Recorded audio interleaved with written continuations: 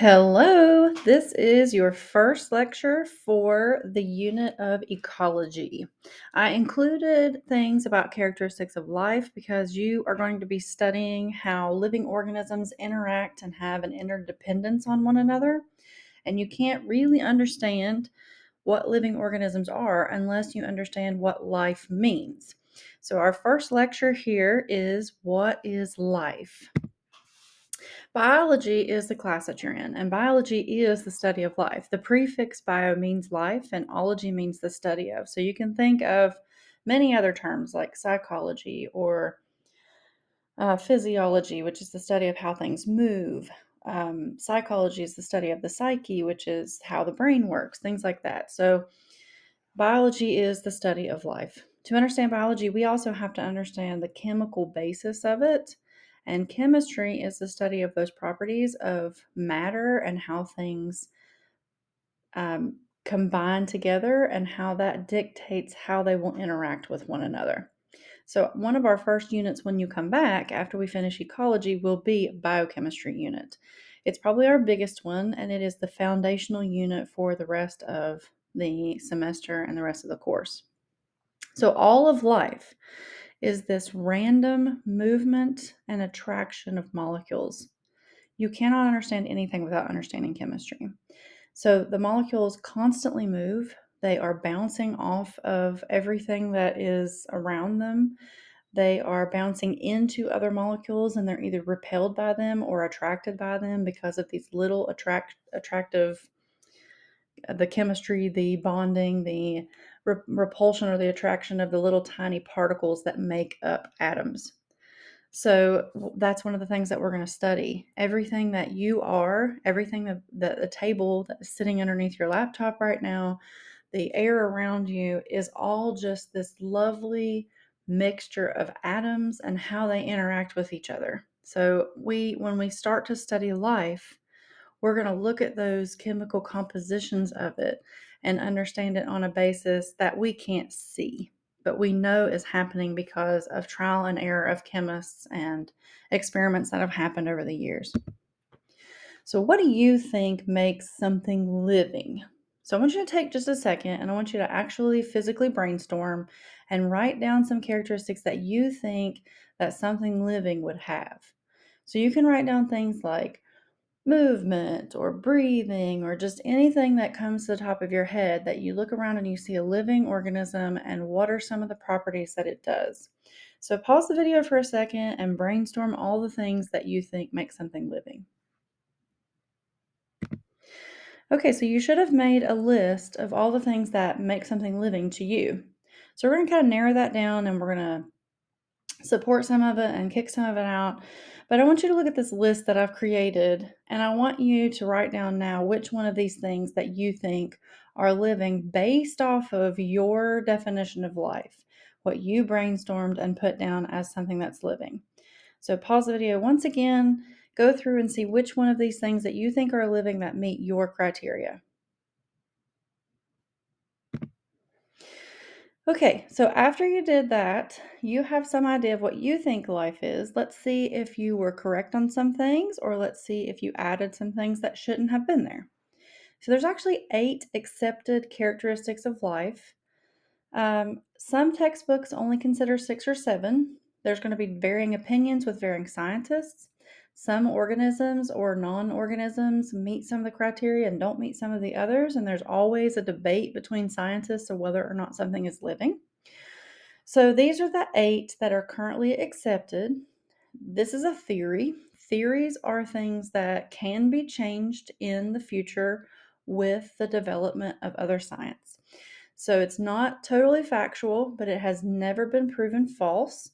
And it is open for interpretation later on as we develop more um, extensive ways of studying things, more technology, and new devices and things that come along, and we can study life and all the things about it. So the acronym that I use is Mr. Hergod, and that helps us just remember the first letter of all the different characteristics of life. So I'm going to go through each one at a time. The first one's metabolism. This is something that we are going to study in a whole unit. I believe it's unit 3. I have a poster that I'm going to put up at school so you can see the different units and we'll kind of cross off where we're going and see how much we've covered. The basic book definition for metabolism is the sum of all chemical reactions within a living organism. That's kind of like mumbo jumbo. We don't really even quite understand chemical reactions at this point. But basically, the entire body, a human, or not a human, but an organism has to exchange matter with the surroundings around it, the environment. So, in order to survive, you have to do a few things like eat. Okay, that is basically what metabolism is for a human, is eating. You're taking in chemicals from the environment. Everything's chemicals. You know, people talk about chemicals being bad for you. You are made of chemicals. Okay. So chemicals are not necessarily bad. There are bad chemicals, but the word chemical does not mean something terrible. So you're made of chemicals, and that's because you take in matter or things that take up space and you internalize those and you change them into things that you can actually use. So that, in a sense, is metabolism, is the changing or the chemical rearrangement of these molecules into something that you can use, into material that you're made up of, or into an energy molecule that you can use for energy later on. So the sum of all of those things is what we call metabolism. So if I am taking in food, then I'm going to break it down into smaller molecules. That's something we'll study later, but it's called catabolism. So larger molecules becoming smaller molecules is catabolism. So if I eat this big polysaccharide like a starch or pasta, I'm going to break it down into smaller carbohydrates and use those for energy or something else later on. If I eat too many of them, I need to store them again. So I'm going to take those smaller carbohydrates and I'm going to put them through another type of metabolism called anabolism. And I'm going to build a bigger carbohydrate that I can store for later and use whenever I'm out of energy. So, all of those different chemical reactions that happen in your body, not just when we eat, but when we take in oxygen, when we take in water, when we take in anything from the environment and we rearrange it and we use it, or even the opposite side, whenever we're using those molecules to break down and produce energy, all of that is called metabolism. It's the sum of all of that. So all of the things that are happening on your body, in your body right now that you don't even know about, that you're not controlling, that are just random movement of molecules that are moving around and interchanging parts with each other and creating energy or using energy or being repelled by one another or combining, that's all metabolism and it's all keeping you alive. If an organism can't metabolize something and exchange energy or molecules with the environment that it's in, then it can't survive. So, the big idea in science is the transfer of energy within a living organism. So, anything that has to do with energy goes back to metabolism. And being able to utilize energy in different sources is something a living organism has to be able to do. If you don't have energy, then you can't survive because energy is the ability to do work. So, what do plants use for energy? They don't eat, right? You don't see them going around with open mouths unless you're a Venus flytrap. But they use sunlight energy. Those are packages of energy that come from the sun called photons. So we're going to learn lots of vocabulary throughout the year. These are things that I'm throwing out to you that we'll pick up later on. It's not things that you necessarily have to know right now, like catabolism or anabolism, but they are things we will study, and we'll come back to this and we will rediscover what metabolism is all over again in depth. So, what about humans? What do they use for energy? We have to eat, right? We can't just go sit out in the sun. Wouldn't that be great? We wouldn't have any fat people because plants are a lot more energy efficient than we are. We just store it, store it, store it, store it. So we have to eat. And we have these lovely things called taste buds. And the taste buds just think everything tastes amazing and you just want to keep eating more of it. And it creates all those lovely chemicals in your brain that say, yes, we want to eat that because it's good for us. But then we just eat too much of it and we end up like overfeeding our bodies. And then that's why we store fat. So we have to consume things. Plants are still consuming energy, but they are not doing it in the form of eating. So that is part of metabolism. So we'll go back and we'll talk more about that in, I think it's Unit 3, it might be Unit 2. The second letter in Mr. Hergod, M was for metabolism, R is reproduction. Everything has to have the ability to create new offspring. If we couldn't create new offspring, then life would cease to exist. Now, this doesn't mean that an individual who can't reproduce is not alive. Reproduction is on a species level. That means like all of humans. If all of humanity ceased to be able to create baby humans, then humans would cease to exist. So reproduction is more on a bigger level with the population at hand or the species level, which are all of the same type of organism. So they have to be able to reproduce in order to continue life. There's two different types of reproduction that we'll talk about when we get to Unit 4. I don't know. I keep saying these unit numbers, but I'm not even sure of myself right now. There are lots of units and lots of things to cover. But one of the units talks about reproduction when we do both types of reproduction. We do something called sexual reproduction, and we also do asexual reproduction. Not all organisms do that. Sexual reproduction means the combining of egg and sperm. So we talk about sex a lot, but it is not, in terms of science, it's not about the means of the egg meeting the sperm. It's just the fact that the egg meets the sperm. Some organisms will produce an egg into the environment, and then the male will come over and dump the sperm on top of it and fertilize it. Okay, that is still sexual reproduction. Trees don't uproot themselves and go over to another tree to have intercourse. Okay, humans and dogs and things like that, a lot of mammals, most mammals, do intercourse. And that is the physical combining of the two organisms to get the sperm to the egg. Okay, so don't confuse the word intercourse and sex, because the word sex and sexual means to combine egg and sperm. When we're doing that, and we will look at that in depth, the process of making the egg and the sperm, we are going to talk a lot about genetic variation. So, sexual reproduction increases genetic variation. It increases the differences in humans, in dogs, and cats, in mammals, and anything that reproduces sexually. Trees also reproduce sexually. I want to go back to that. They don't uproot themselves and go over and have intercourse with another tree, but they do produce flowers or fruit which contain seeds, and those seeds are actually eggs. They also produce pollen, so that lovely yellow film on the outside of your car when you get in there in the springtime is plant sperm. So it travels through the air, it gets picked up by bees, it gets picked up by birds, and it is deposited on top of a seed, and those two combine, and that creates a baby plant. So whether it's a flower or grass or any type of tree, those are also producing sexually. Now, not all plants do that. Some of them do something called asexual reproduction, which is essentially the parent cloning itself.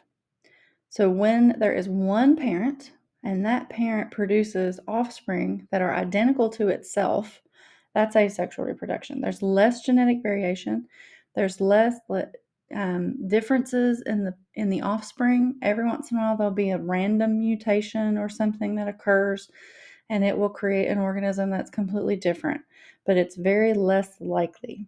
When we're creating egg and sperm, we're doing all this mixing and all this cool stuff with the genes, and they come out completely different.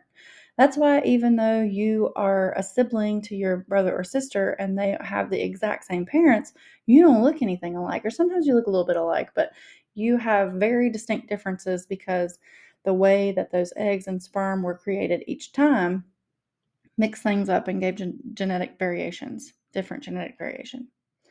So sexual reproduction, organisms produce male and females, they produce egg and sperm, and those combine and create completely different organisms. Asexual is like bacteria. There'll be one bacteria, and then all of a sudden there'll just be two. It splits itself in half, so that's what this picture is showing. It gets a little bit larger, it copies its DNA, it gives each side DNA, and then you end up with two organisms. So M was metabolism, R is reproduction, H stands for homeostasis. So more of those Latin prefixes and suffixes we're going to learn. This is the maintenance of internal conditions despite whatever's happened on the outside. So, an organism has to be able to maintain internal temperatures, internal water amounts, internal hormone amounts if they're on a higher level as a higher organism, any kind of chemicals that run things. There has to be certain environmental characteristics or conditions that have to be met in order for that organism to survive. Okay. So the word stasis means the same. So, what do you think the temperature of your room is right now? Mine is probably like 65 because it is not a very warm summer yet. But the inside of my body has to be around 98.6 degrees. That's normal. Anything higher is considered a fever and it's bad. Anything lower, you're going into hypothermia, and that is also not great. So, how does our body constantly maintain this lovely 98.6 degrees, and why? It's because of the proteins in our body. Our body is made up of mostly proteins, and those proteins can't survive outside of a certain temperature range. So, when all of the molecules combine to make the proteins, they're bonded together, and those bonds can be separated by a temperature raise. So, whenever you cook an egg, what happens to it? It gets harder. It's a liquid at first, and then you cook it and it becomes hard. That's because all of the bonds that hold together the protein in the egg become denatured or damaged. So it can't be as functional as it was before. It can't be utilized the way that it was before. So when we take it in after we eat it, our bodies break down all those proteins. That's the metabolism. It breaks them down into individual components, and then we can rearrange it to build our muscle tissue or something else that we need. So, in order to maintain what we have on the inside, we can't allow our temperatures to get too high, or the proteins that we have will basically cook.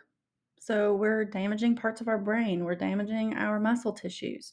So, people get these really high temperatures and they end up damaging muscle tissue or they end up damaging their brain, and it causes all sorts of problems. So, that's only one thing. Temperature is just one. We have to maintain water levels or our chemicals can't move through our cells like they're supposed to. We have to maintain hormone levels or our cells can't communicate with each other to tell them that we need something or we need to elicit this universal response. So we have to be able to maintain whatever conditions it is on the inside despite whatever's going on the outside. So that's something that organisms have to do to maintain their living status. Okay, so we are going to cover that in that same chapter as metabolism. We'll talk about homeostasis, we'll talk about feedback mechanisms, how things go back to a certain level or they continue on. So that's for another day. So M was metabolism, R was reproduction, H is homeostasis. We are on to E, which is evolution. Evolution is the concept that I never get to fully cover because of the shortening of the school year and because you guys are 10th graders and 10th graders don't have a basis in biology like they're supposed to in order to take AP biology. It's great for you. You get a great AP class out of the way, but it's harder on me to try to figure out how to get all the information that you need in the most appropriate way. So, I'm going to introduce this to you and talk about it throughout the year, the basic concepts of it. And then when we get to the end of the year, hopefully with this packet being finished, we will have time to fully cover it. But basically, a evolution is a change in a species over a long period of time. We have to be able to change because the environment is constantly changing. So it's getting hotter. Organisms have to be able to withstand the heat. If it's getting higher levels of snow, organisms have to be able to withstand the snow. If you look up here and you see these little birds, these are all finches. They are Darwin's finches. Darwin is the father of evolution, and he is the one that came up with the evolutionary theory. So, like I said before, theories are things that have never been proven false, but they are also open to future interpretation with more information that we gather. So it is just a theory, and it is one that we will never be able to fully prove because we just don't have the data to support a lot of his ideas. If you notice the one thing that is different about all of these finches, it's their beaks. So when he went on his tour of the Galapagos Islands, he studied all the animals and their differences and their niches, which is basically the area they live in and how they feed and what's particular to that species and why. So he noticed that all these birds were different in their beak sizes, and that was because they fed in different locations. So the ones that had really fat beaks could only really gather bugs on the ground. The ones that had really long pointed beaks could get in between the prickles or the thorns on the cacti to get bugs off of a cactus.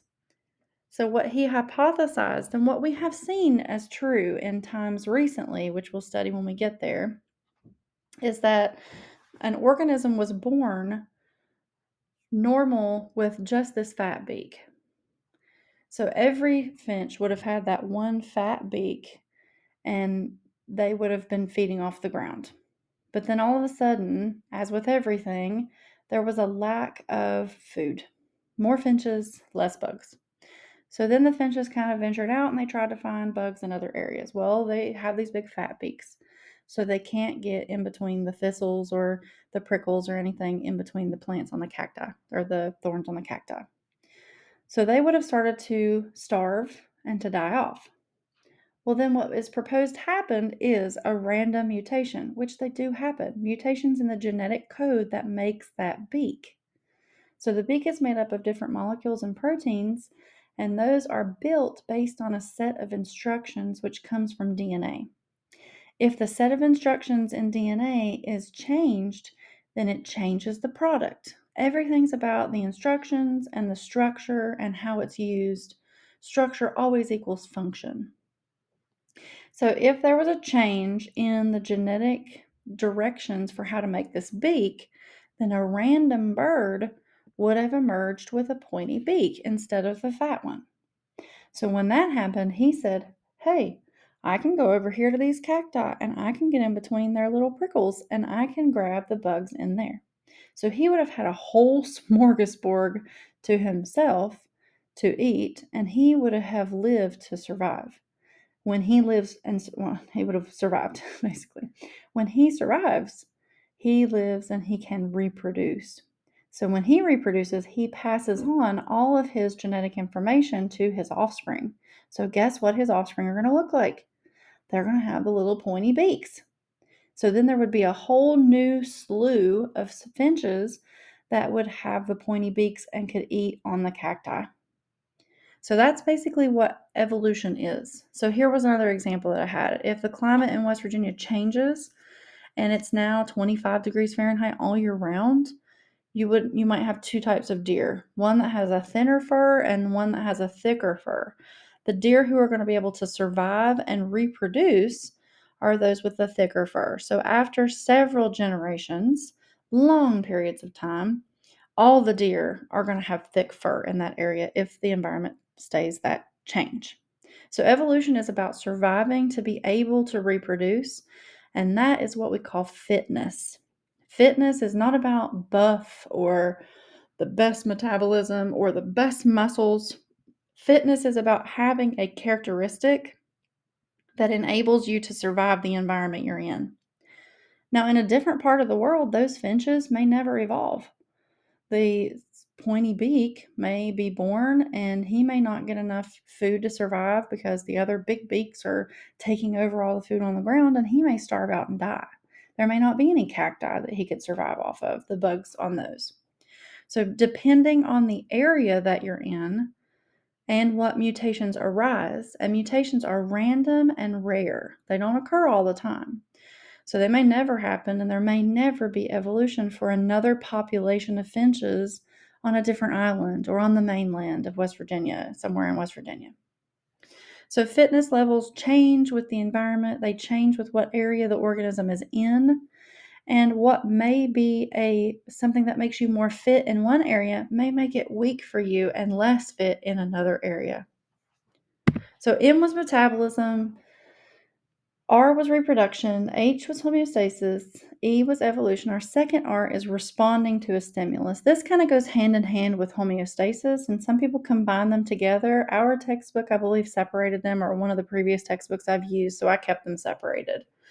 Responding to a stimulus is just about detecting those changes within our environment, inside and outside, and being able to respond to those changes to maintain homeostasis. So it does go hand in hand with it.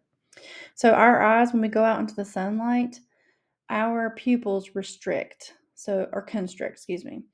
When they constrict, that lessens the amount of sun that goes into our eyes because the sun has damaging rays that will destroy our retina, which is the nerve on the back of our eyes. So if we didn't have that defense mechanism to keep our eyes from being damaged, then we would just be walking around blind, or we'd be moles. So we have to have the ability to counteract the environment that we're in, or, it's going to cause issues with us being able to maintain life. Because if we were then all blind, I don't know how well we would survive in the earth that we're in being blind, all of us. So responding to a stimulus goes hand in hand with homeostasis. Our G is growth and development. So metabolism, reproduction, homeostasis, evolution, responding to a stimulus, and now growth and development. Those are two different concepts. A growth is the enlargement of an organism. If you're multicellular, you're adding more cells. So multi means many, cellular cells. So we are multicellular organisms. You have over 100 trillion cells that make up the body that you are in right now. If you're unicellular, growth means just enlarging that one cell, because you're not going to create multiple cells, only if you're creating a new generation. Development is about maturing. So that's kind of like puberty for us, or metamorphosis for a butterfly, or something like that. It's different stages of life that you go through. So you couldn't stay a baby for the entirety of your life because you can't even take care of yourself. So that would be, if you couldn't mature and grow and develop, then you would never cease to exist, or you would never exist. You would cease to exist. So we have to be able to mature, and we have to be able to grow in order to maintain that life status. So, metabolism, reproduction, homeostasis, evolution, responding to a stimulus, growth and development, organization. We're almost there. All living organisms are highly organized. You need to memorize this level of organization because it will come back to bite you in the hiney. The smallest level is the cell. Anything under the cell is not considered living because nothing really works together. It's just all there as parts. It's like taking apart a clock and calling a gear a clock. It's not a clock, it's not life. So the tiny pieces of the cell are not life because they are part of life. They have to be working together to create life, and a single cell can live on its own. That doesn't necessarily mean that you could take out one of your heart cells and it live for very long. We will talk about that later on in the year when we get to genetics, because you'll be introduced to someone named Henrietta Lacks, who is still alive today, even though she died over 60 years ago, I believe, because her cells are still living. And they are the only known line of cells that I know of that are continued to grow. So our cells don't survive very well in petri dishes, okay? But an individual bacteria, it just needs itself. It's happy by itself. Amoeba, happy by themselves. So you can have a single cell that does all of life's functions by itself.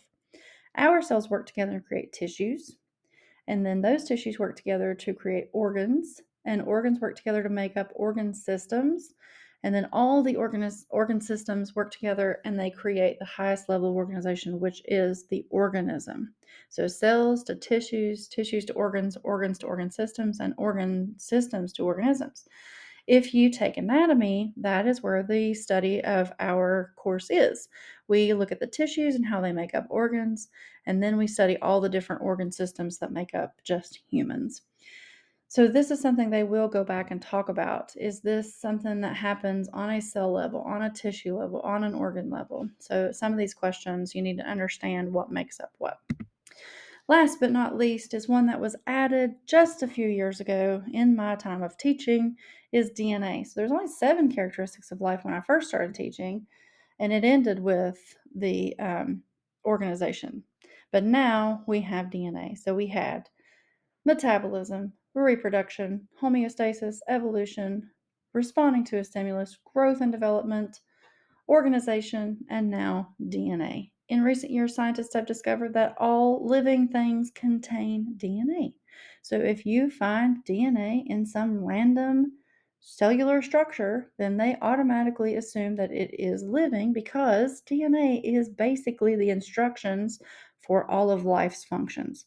So if it contains DNA, it would have to be considered a living organism, or it would have no purpose of having that DNA to begin with. So here's where we get on the whole band, train, wagon, whatever of, is a virus alive? And I think that was one of the things that I put on here. Yes, virus. Okay, I'll come back to that in a second. Viruses are basically a protein coat and DNA. So with this recent addition of everything that has DNA has to be a living organism, then most scientists now are saying that viruses are living. But viruses can't do any of the rest of the stuff. They can't reproduce on their own. They don't maintain any type of homeostasis. They cannot reproduce. I think I said that. They don't evolve on their own. They use other organisms to evolve. They are not really truly organized because they're not a cell. They don't have cell parts. So viruses are kind of on that cusp of, are we living or are we not? So the next thing I want you to do is go back through each of these and use the 8 characteristics of life we just learned and figure out if they really are. Were you correct? Did you pick the correct characteristics of life? Did you add extra things in there like movement? I threw that one out there because everybody always thinks that everything living has to move. They don't. Okay. Sometimes the materials come to them. You don't see plants uprooting themselves and running all through the yard. They don't really move. They will kind of bend toward light if they need to, but not even all of them do that. So that's kind of one of those things that doesn't really fit. And a lot of these, like a heat pump, can exhibit quite a few of those characteristics of life. It will metabolize, it'll change energy. Okay, it takes in gasoline or it takes in electricity or whatever kind of heat pump you're using, and it will convert that into heat. So that is metabolism because it's a chemical energy change. They also evolve because the heat pumps from 1950 don't look anything like the heat pumps from 2022. So what I want you to do is choose 2 living organisms and describe how they meet all 8 characteristics of life. So whatever you think is living. Some of the ones that are on the cusp there are seeds. Are they really alive? Or do they have just the capability of living? So that's what you're going to do. You're going to choose two of these and tell me how they meet all 8 characteristics of life. Then you're going to choose one of them that you know is for sure non-living and describe which characteristics it does not have to be considered living. And then the big question here is, does something have to exhibit all 8 characteristics of life to be considered living?